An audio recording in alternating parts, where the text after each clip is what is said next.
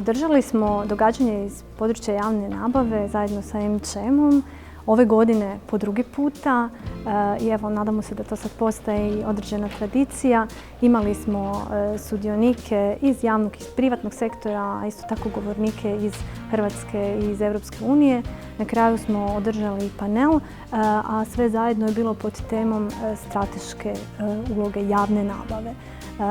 Javna nabava je po samom interesu sudionika i raznovrsnosti naših panelista i govornika zaista je važan segment u našem gospodarstvu, a isto tako isprepliće se kroz različite sektore i naravno može utjecati pozitivno i na rast i razvoj, na poduzetništvo, osobito malo i srednje, ali tu su naravno i određeni izazovi koje nosi sama javna nabava, što je efikasnost sustava javne nabave zajedno sa određenim kompetencijama na kojima, zaključili smo i na samom događanju, trebamo i dalje raditi što se tiče i kvalitativnog i kvantitativnog dijela tih kompetencija. Očekuju nas isto tako i neke promjene u sustavu javne nabave kojima se svi zajedno veselimo.